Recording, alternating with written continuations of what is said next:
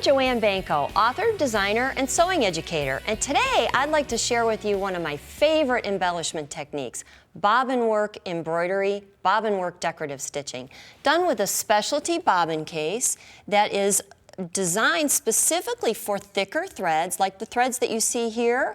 These are threads that would never go through the needle but are able to go through this specialty bobbin case because it's adjustable. You can use a little screwdriver and loosen the screw, and you can see that when it's properly adjusted, the thicker threads just flow right through. So I've got a whole variety of different threads that you can use. Let me show you what you don't want to use, because it's very important that thread is smooth and thin enough to go through the bobbin. So stay away from thicker ribbons that are stiff.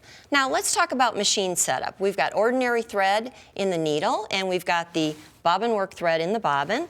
I've got stabilizer on my fabric, and notice that I'm working upside down. This is upside down stitchery that can be used for decorative stitches and also for embroidery techniques, for special embroidery designs. So I've got my stabilizer, I've got a line drawn. I'm using a technique that I used on the little hat here, where I just push two pieces together that don't ravel, and I've got a raw edge there that I'm going to cover. So I'm going to select a decorative stitch, which you can see I've already done here, and I'm using a decorative stitch that's very open, so it'll allow for that bulk of the extra thread. Lower the presser foot and simply stitch away. This is such an easy technique and so much fun to try. It's just many different ways that you can use it.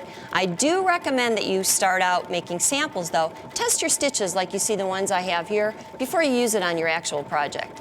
All right, let me stop the machine and show you what this looks like. Now raise the needle, pull this out. And remember, this is the wrong side that's stabilized. You're stitching from the wrong side. This is the right side, which is the finished side once you're done. Take a look at the samples. It's a good idea to stitch samples before you work on your actual project. And then take a look at the projects. Visit the website and you'll find free project instructions for the hat featuring the technique of bobbin work embellishment with a special bobbin work accessory case.